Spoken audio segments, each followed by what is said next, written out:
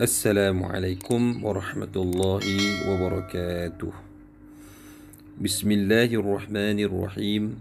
Alhamdulillahi rabbil alamin. Wassalatu wassalamu ala rasulillahil amin.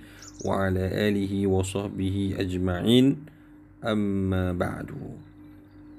Ayyuhat tullab al-ahibba, pelajar yang dikasihi sekalian, alhamdulillah, syukur kita kepada Allah Subhanahu wa taala.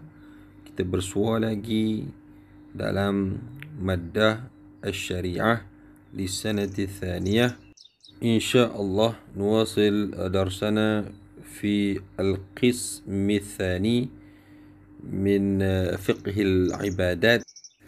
الدرس التاسع، pelajaran yang ke-9, Salatul Jamaah.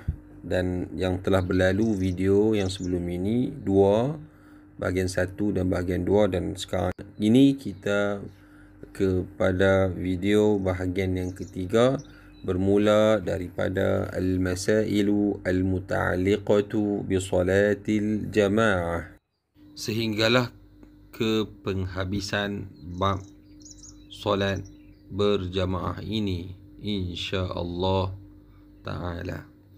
Baik, kita terus kepada pembelajaran kita, al-masailul muta'alliqah bi salatil jamaah.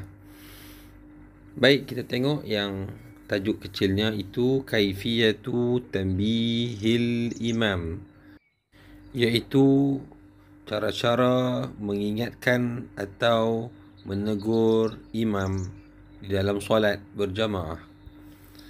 Alif, al-iftitahu bil qiraati minal ayah, iaitu bagaimana kita menegur imam pada permulaan atau pembukaan bacaan ayat-ayat Al-Quran imam. Idza sahal imam fil qiraah fartujja alaihi fawaqafa 'anil qiraah. Maknanya, apabila imam terlupa dalam bacaannya, fartuja alaihi, sehingga dia bergoyang-goyang, teragak-agak ataupun tersangkut-sangkut, fawaqafa 'anil qiraah, maka dia berhenti bacaannya. Bermaksud, kalau dia masih lagi boleh untuk meneruskan, memerlukan masa, kita berikan masa kepadanya. Tetapi jika dia berhenti terus, suatu itu ustuhibba lil ma'mumi ay yaftaha alaihi wa yulaqqinahu. Suatu itu disunatkan kepada makmum ay yaftaha alaihi, untuk membuka bacaannya semula dan mengingatkannya, wa yulaqqinahu, potongan yang imam tersebut lupa. Contoh yang diberikan, imam membaca wailul lil mutaffifin alladzina. Kalau keadaan begitu, kita berikan masa kepada imam untuk mengingatkan kembali bacaan yang terlupa. Kemudian jika memang imam berhenti, tidak dapat meneruskan bacaan, maka ketika itu kita bolehlah memulakan bacaan untuk mengingatkan bacaan imam. Alladzina idza iktalu 'alan nasi yastawfun. Makanya setelah itu imam bolehlah meneruskan bacaannya sehinggalah selesai solat berjamaah. Tayyib, pelajar yang dirahmati Allah sekalian, begitulah caranya bagaimana kita menegur bacaan imam yang ia lupa ataupun tersangkut-sangkut sehingga imam tidak dapat meneruskan bacaannya. Itu dari sudut bacaan. Kemudian kita beralih kepada sudut kita menegur imam dengan tasbih. Bagaimana cara baik kita bacanya? At-tasbihu idza sahal imam fi ruknin min arkanis salah yustahabbu lil ma'mumi an yusabbiha 3 marrat liya'lama al-imamu ma fatahu liyusaddidahu wa illa lazimat 'ala al-ma'mumi al-mufaraqatu li butlani salatil imam.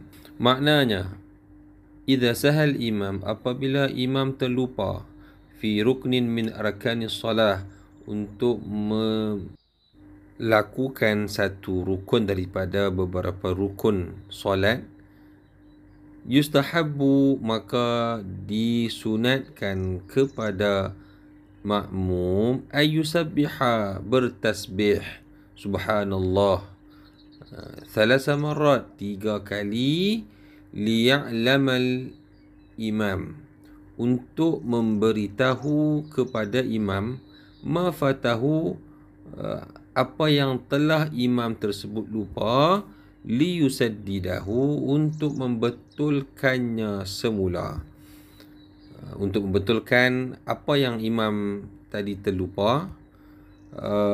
Wa illa laziman 'alal ma'mum, melainkan jika tidak imam membetulkan semula apa yang dia tertinggal, maka mestilah makmum ketika itu mufaraqah, berpisah, niat berpisah dengan imam kerana imam telah batal solatnya.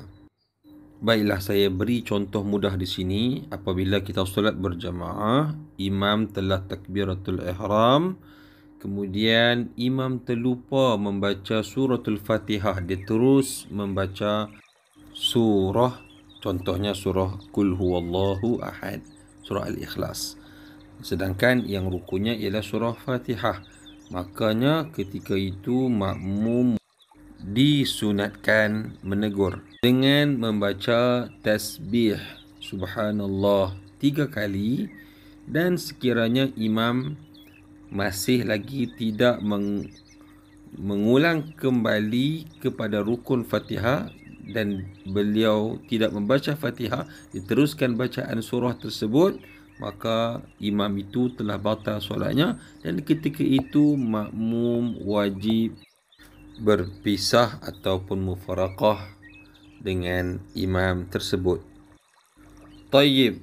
Ba, idza hallatin najasatu 'ala al-imami duna wa'yih, apabila terdapat najis pada pakaian imam ataupun pada imam lah, duna wa'yih, tanpa imam itu sedar, dan kita yang berada di belakang imam ni nampak, sabbahal ma'mumu thalatha marrat, maka makmum bertasbih 3 kali.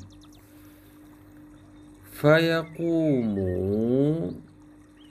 maqamahu ma'mumun khalfahu imaman, maka makmum itu pun melangkah ke hadapan, berdiri di belakang imam. Wa lazima 'alal imam, dan ketika itu imam perlulah beredar, ay yakhruja minas salati, daripada solatnya. Manakala makmum yang tadi berada di belakang imam itu meneruskan solat berjamaah bersama makmum yang lain. Seterusnya, jim. Fa in kana al-ma'mumu 'alima bi hululin najasati 'ala al-imami wa lam yunabbihhu aw nabbahahu wa lam yakhruj min as-salah, lazimat 'ala al-ma'mumi al-mufaraqah wa illa batalat salatuhu. Maknanya, maka sekiranya makmum itu dia mengetahui adanya najis kepada imam tersebut, walam yunabbihu, tetapi dia tidak memperingatkan ataupun tidak menegur imam tersebut, au nabbahahu, ataupun makmum tadi telah menegur imam tersebut subhanallah 3 kali, tetapi walam yakhruj, dia tidak keluar minas salah, ataupun dia tidak beredar daripada solat, menjadi imam, lazimat 'alal ma'mum al-mufaraqah, maka ketika itu makmum hendaklah mufaraqah daripada menjadi makmum kepada imam yang ada najis padanya, pakaiannya ataupun pada dirinya lah, wa illa. Dan jika diteruskan juga, maka batalat solatuhu, batallah solatnya. Bermakna batal dan rosaklah solat berjemaah tersebut, sama ada solat imam ataupun solat makmum. Taib, kita pergi kepada cara menegur imam yang ketiga, iaitu at-tasfiq, maksudnya tepuk tangan. Bagaimana? Idza kana al-ma'mumu minan nisa saffaqna bi butuni akuffihinna ليعلم الإمام أخطاءه السابقة سوى القراءة فلا يجوز للنساء الافتتاح بالقراءة إلا إذا كان الإمام امرأة. Maknanya, apabila makmum tersebut dalam kalangan wanita, saffaqna, maka mereka menepuk bahagian bibutuni akufihin, menepuk bahagian tapak tangan, untuk memberitahu kesilapan imam, siwal qira'ah, selain daripada membaca ayat. Fala yajuzu lin-nisa'i al-iftitahu bil qira'ah, maka tidak bolehlah bagi wanita yang menjadi imam kepada lelaki itu membaca permulaan ayat yang imam lupa, seperti yang telah kita bincangkan di awal tajuk kita tadi. Illa idza kana al-imamu imra'ah, melainkan imam tersebut itu adalah perempuan, maka diharuskan untuk makmum perempuan tadi membaca ataupun mengingatkan ayat yang imam, iaitu imam perempuan tadi, telah lupa. Anak-anak pelajar yang dirahmati Allah sekalian, mari sama-sama kita menonton sedutan kuliah Ustaz Azhar Idrus berkenaan dengan tajuk kita ini. Dipersilakan. Apa cara nak tegur suami yang salah baca dalam solat? Mengikut pendapat yang muktamad, kalau kita semayang dengan suami saja dua orang, maka tetap kita perempuan isteri dia tegur dengan bertepuk tangan. At-tasbih lin nisa wa tasbih lir rijal. Dalam hadis sama kita dengar subhanallah untuk laki-laki, subhanallah tegur untuk imam. Tapi kalau orang perempuan bertepuk tangan, bukan gini, tepuk gini je belakang tangan. Walau bagaimanapun ada fuqaha mengatakan apabila berdua dengan suami saja boleh juga dia berkata subhanallah, kerana ketika itu tiada lagi fitnah. Nampak? Tapi itu dalam semayang. Kalau luar semayang tak ada masalah. Umpama kain suami dia cari koyok. Nak suami koyok kain, bini dak semayang duduk jahit baju. Koyok dak banyak, ada besar pinggang kat punggung. Nampak? Keluar dalang dak pakai. Sah dak semayang? Sah dak? Dak sah, nampak punggung puing. Dah bini nak tegur mana? Tepuk tangan. Tak payah dah. Pergi kat bini lelaki, bang, dak sah mayang. Berhenti lah. Faham tak? Dan yang kata haram pegang orang semayang, tu pegang orang yang sah. Orang yang tak sah dah semayang, tak haram pegang. Faham tak lagi? Orang yang sah lagi, umpamanya dia itu semayang maghrib. Nak patut maghrib 3 rakaat. Dia tengok suami dia semayang 2. Dia pergi pegang bang, serakaat lagi, serakaat. Haram, tak boleh. Tengah semayang kita tolak gitu. Faham? Tapi tegur. Nah, tapi kali semayang dia tak batal dah, kain punggung nampak dah, batal ke tak lagi? Batal dah. Pergi pegang lah abang, mayang tak sah, kain cari belakang tu. Luar dalam tak pakai. Mayang semula. Tak ada masalah. Tapi kalau maknanya dia katakan maknanya semayang maghrib 2 rakaat, bini nak tegur gua ni. Ini tak semayang lu nak kata gini. Subhanallah, tak faham. Suami semayang 2 rakaat, tayat akhir dah. Patut tayat awal. Bini tak semayang, bini nak tegur kau ni. Tepuk tangan. Dah. Subhanallah. Lagi bengong. Kenapa subhanallah? Nak tegur kau ni.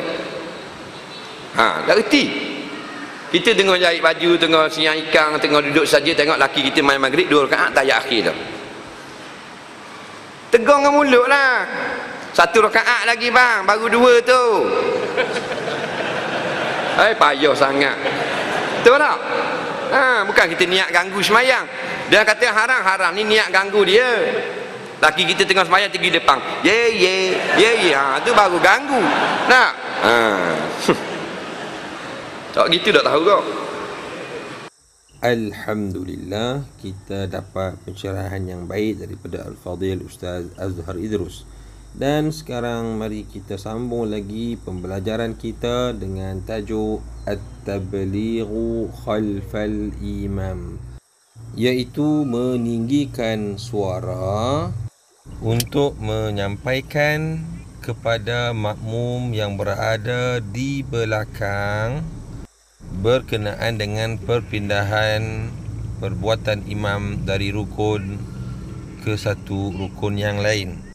Taib, kita terus kepada nas minal kitab al-madrasi, kitab buku teks kita. Yustahabbu at-tabligh idza lam yasma' al-ma'mum min al-imam takbirat al-ihram wa takbirat al-intiqalat wa at-taslimat al-ula.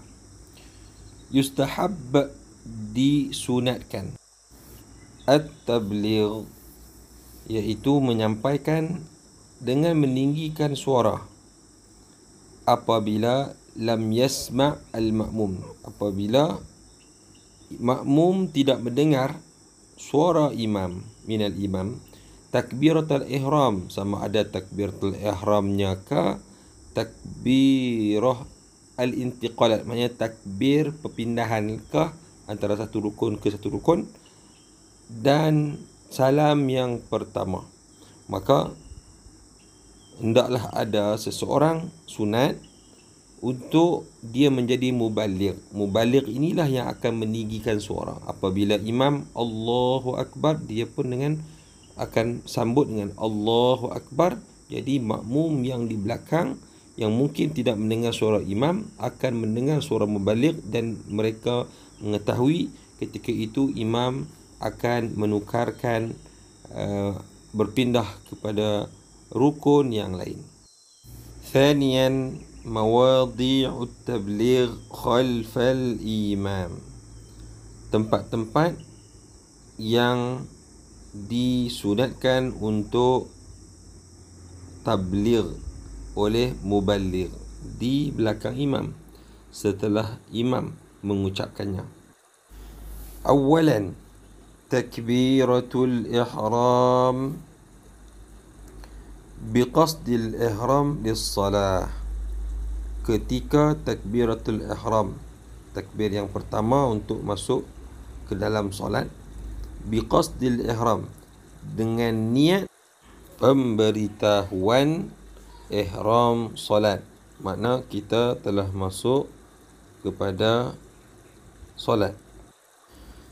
Thaniyan, takbiratul intiqalat, maknanya takbir untuk kita berpindah rukun, biqasdi zikr, dengan niat zikir, makna bila kita sebut Allahu Akbar, kita niat untuk kita berzikir. Wa thalithan, at-tasmi'u fi raf'i ra'sihi ila al-i'tidali biqasdi dzikr, maknanya mengucapkan Sami Allahu liman hamidah, itu maksud at-tasmi' fi raf'i ra'sihi, pada mengangkatkan kepalanya, mana ketika rukuk nak angkat kepala, ilal i'tidal, kepada i'tidal, kita berdiri sebentar semula biqasdi zikir, dengan kita niatkan untuk kita berzikir. Makna bila kita sebut sami'allahu liman hamidah, kita angkat kepala sampailah kita qiyam, berdiri tegak, berdiri lurus, dan kita sami'allahu liman hamidah, angkat suara dengan kita niat untuk kita berzikir. Sami'allahu liman hamidah, Allah Subhanahu wa taala mendengar bagi sesiapa yang mengucapkan kepujian kepadanya. Seterusnya, rabi'an at-taslimatul ula biqasdi tahlil. Ketika salam pertama, taslimatul ula,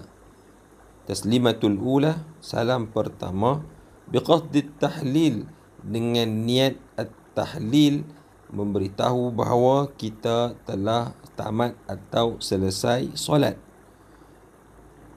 Wa khamisan, yang terakhir, at-tabligh inda atau taslimati tsaniyah, atau di dalam buku teks at-taslimatu tsaniyah biqasdi dzikr, maknanya meninggikan suara pada memberi salam yang kedua dengan niat zikir.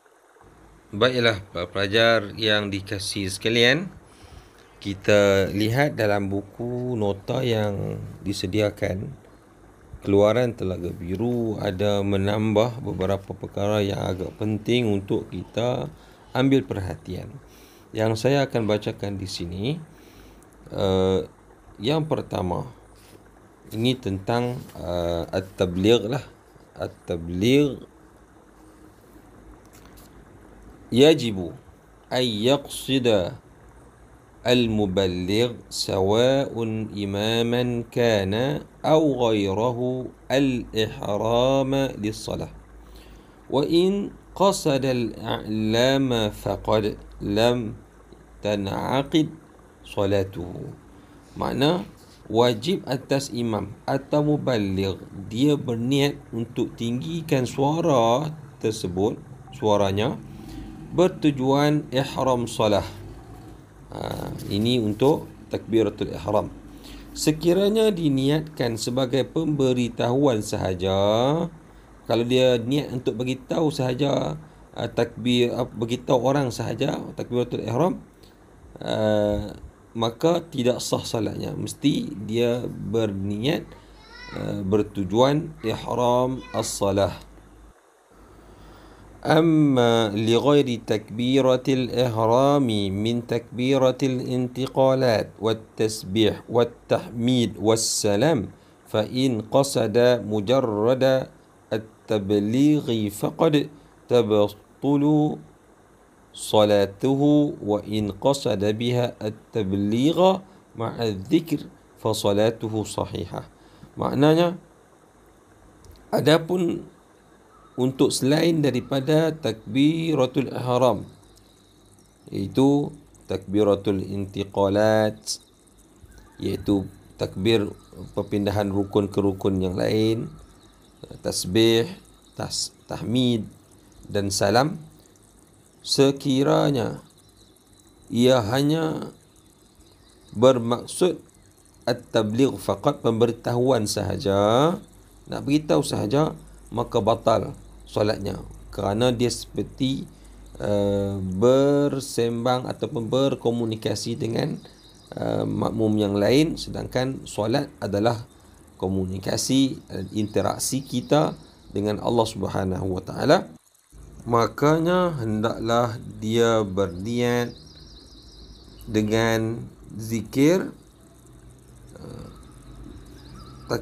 takbirah intikalan itu, ataupun tasbihnya ataupun tahmidnya itu, barulah akan sah salatnya. Dan sekiranya dia berniat untuk dia memberitahu kepada makmum yang lain ma'az zikr, sekali dengan dia niat untuk berzikir, fa salatuhu sahihah, maka salatnya itu juga sah. Alhamdulillah. Sekarang kita akan berpindah kepada tajuk baru, istikhlaful imam, penggantian imam. Huwa istikhlaful imam ghayrahu minal ma'mumin litakmilis salati bihim li'uzrin qama bih, mithlu idza ahdatha al-imamu aw yuttara ila qat'i as-salati li daruratin ma.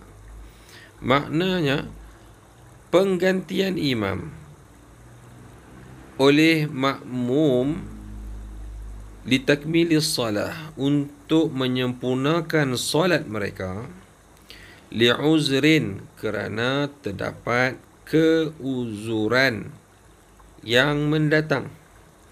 Mithlu, seperti idza ahdathal imam, seperti bila imam telah berhadas, bila imam berhadas atau ada kemudaratan yang lain yang menyebabkan imam terpaksa memberhentikan solatnya. Ma hukmu al-istikhlafi fi salatil jamaah? Baik, apakah hukum menggantikan imam dengan makmum yang berada di belakangnya disebabkan imam tersebut mempunyai kemudaratan ataupun berhadas di dalam solat jemaah? Wajibun fi raka'atil ula, wajib di dalam rakaat yang pertama. Di sini tertinggal dalam buku teks kita ini. Selepas itu, li salatil jumu'ah. Makna wajibun fi raka'atil ula li salatil jumu'ah. Jadi pelajar boleh mencatatnya di dalam buku pelajar-pelajar sekalian. Maknanya wajib menggantikan imam tersebut pada rakaat yang pertama di dalam solat Jumaat. Amma fi ghairiha min as-salawatil khams, adapun menggantikan imam itu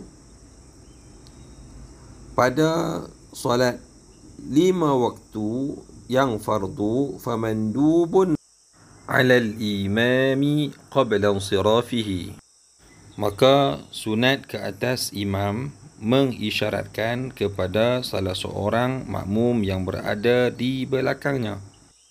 Dan sekiranya imam tidak mengisyaratkan kepada siapa-siapa, maka sunat ke atas makmum yang berada di belakang imam tersebut melangkah ke hadapan dan menggantikan imam yang telah beredar. Pergantian hendaklah disegerakan, dan itu menjadi syarat supaya tidak berlaku pengosongan waktu yang panjang sebelum boleh meneruskan dan menyempurnakan solat. Baiklah, saya jelaskan sedikit. Mudah-mudahan para pelajar semua faham apa yang hendak disampaikan dengan ringkas ini. Kenapa persoalannya? Kenapa wajib digantikan imam pada solat Jumaat pada rakaat yang pertama? Kenapa tidak rakaat yang kedua juga? Kerana solat Jumaat itu hendaklah dilakukan secara berjamaah, wajib. Maka sekiranya imam sudah keluar daripada jamaah rakaat yang pertama solat Jumaat, tiada yang menggantikannya, maka terbatallah solat Jumaat sekalian. Kerana yang ada hanya makmum, imam tiada. Maka sekiranya imam dia terpaksa berhentikan solatnya, wajib ke atas makmum yang berada di situ, yang berdekatan dengan imam, di belakang imam, afdalnya untuk maju ke hadapan menggantikan imam bagi mengesahkan solat Jumaat pada hari itu. Wallahu a'lam. Alhamdulillah. Taib, sebelum kita melanjutkan perbincangan kita tentang cara mengganti imam oleh makmum. Kita lihat dulu al-ma'lumat al-idhafiyah. Maklumat tambahan iaitu hadis daripada yang diriwayatkan oleh Al-Bukhari dan Muslim, anna Rasulullah sallallahu alaihi wasallam zahaba liyusliha baina bani Amr ibn Auf wa shalla Abu Bakr bin Nasi fa hadara an-nabiy sallallahu alaihi wasallam wa huwa fi asna'i as-salati fastakhara Abu Bakr واستخلف النبي صلى الله عليه وسلم. Maksudnya, sesungguhnya Rasulullah sallallahu alaihi wasallam telah pergi ke satu perkampungan untuk mendamaikan di antara puak Bani Amr bin Auf, dan ketika itu solat Abu Bakar telah solat dengan manusia, maknanya Abu Bakar menjadi imam dan sahabat-sahabat yang lain sebagai makmum. Fa hadara an-nabiy sallallahu alaihi wasallam, tatkala di dalam sembahyang itu hadir Nabi sallallahu alaihi wasallam, wa huwa fi asna'is salah, ketika mana Ibu Abu Bakar dan sahabat yang lain radhiyallahu anhum ajma'in sedang solat. Ketika itu Rasulullah datang. Fastakhara Abu Bakrin, maka Sayyidina Abu Bakar apabila mengetahui bahawa Rasulullah hadir, maka Abu Bakar mengundurkan langkahnya ke belakang untuk memberikan ruang kepada Nabi SAW untuk menjadi imam. Seterusnya kita lihat kaifiyatu istikhlafi al-imami. Bagaimanakah caranya untuk menggantikan imam? Awalan, yushiru al-imam ila man istanabahu. Maknanya, imam mengisyaratkan kepada makmum, salah seorang makmum, menggantikannya. Sanian, yansarifu al-imamu wa yataqaddamu man yanubuhu ila mawdi'il imam. Yansarifu al-imam, imam beredar, wa yataqaddam man yanubuhu, dan melangkah ke hadapan siapa yang akan menggantikan imam tersebut, ila mawdi'il imam, ke tempat imam, seterusnya meneruskan solat sehingga sempurna. Thalisan, yahillul ma'mum mahallal imam. Makmum berpindah tempat menggantikan imam di kedudukan ataupun di tempat imam. Baik, kita boleh rujuk kepada gambar yang disertakan kepada kita di dalam buku teks. Tengok gambar yang pertama, imam sunat memegang hidungnya, tanda beliau akan beredar kerana mungkin hadas dan darurat yang lain, dan beliau boleh menunjukkan, imam boleh menunjukkan kepada siapa yang dia ingin makmum tersebut menggantikannya.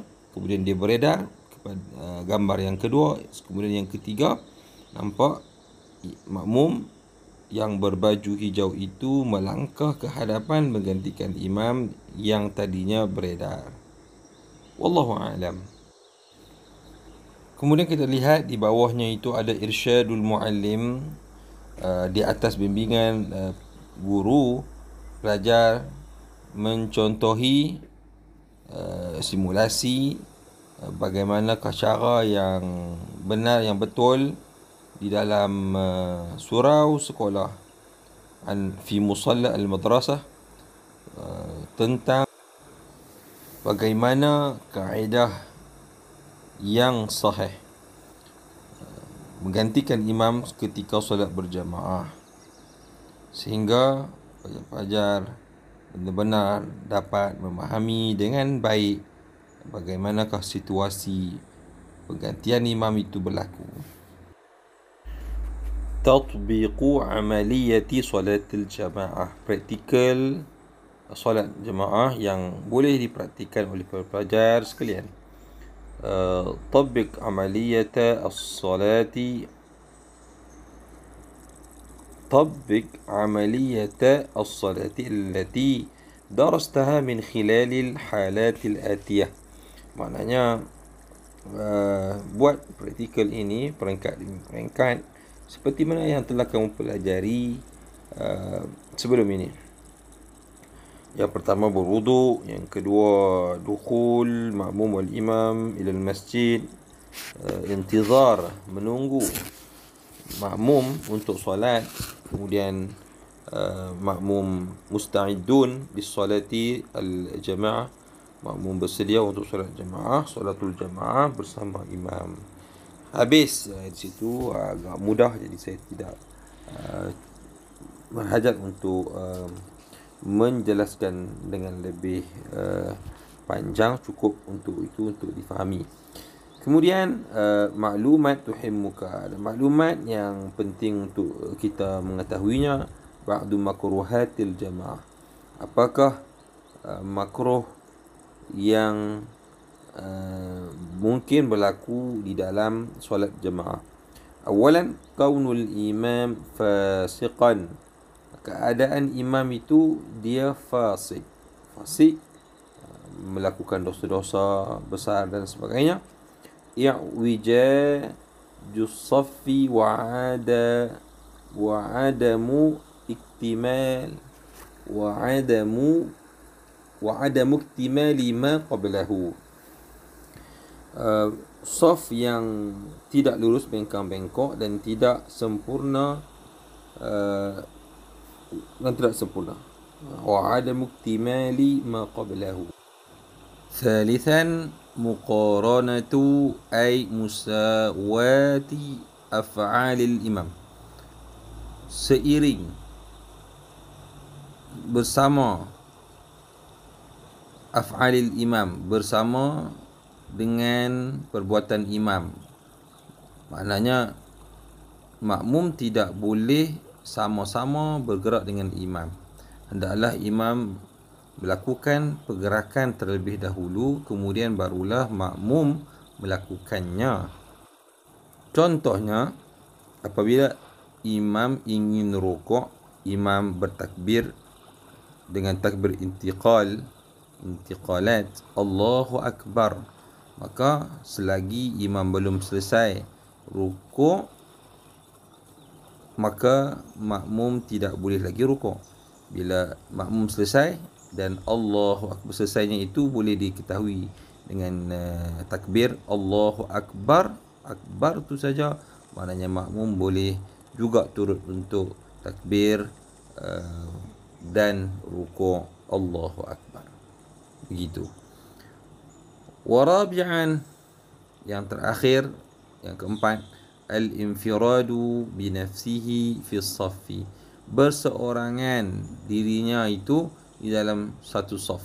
Makna ini makruh di dalam solat.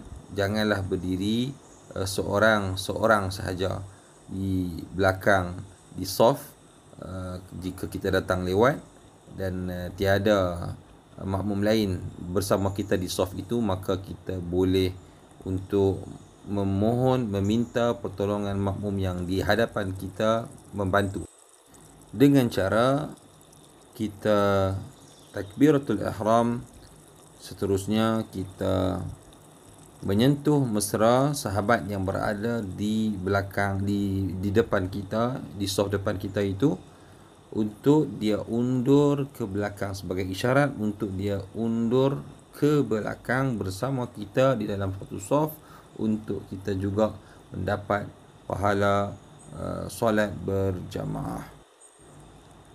Baik, kita pergi kepada maklumat tambahan yang juga sangat baik untuk kita, dan jika boleh kita hafaz hadis ini, kerana biasanya imam sebelum takbiratul ihram dia akan memperingatkan makmum dan membaca hadis ini hadis daripada Anas radhiyallahu anhu qala Rasulullah sallallahu alaihi wasallam sawu sufufakum, luruskan saf kamu, fa inna taswiyatas saffi, maka sesungguhnya menyamakan saf itu, min tamamis salah, adalah sebahagian yang menyempurnakan solat. Tidak sempurna solat berjamaah itu jika tidak lurus safnya.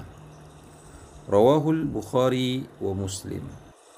Alhamdulillah, selesai pembelajaran kita tentang solat berjamaah. Ini adalah bahagian yang ketiga, dan di belakang ini ada ansyitah, aktiviti yang boleh dilakukan oleh pelajar. Yang pertama al-ansyitah, aktiviti perbincangan, buat jadual, semak kehadiran makmum, jamaah yang datang ke masjid, catatkan apa nama masjid dan sebagainya. Di situ boleh rujuk kepada guru masing-masing.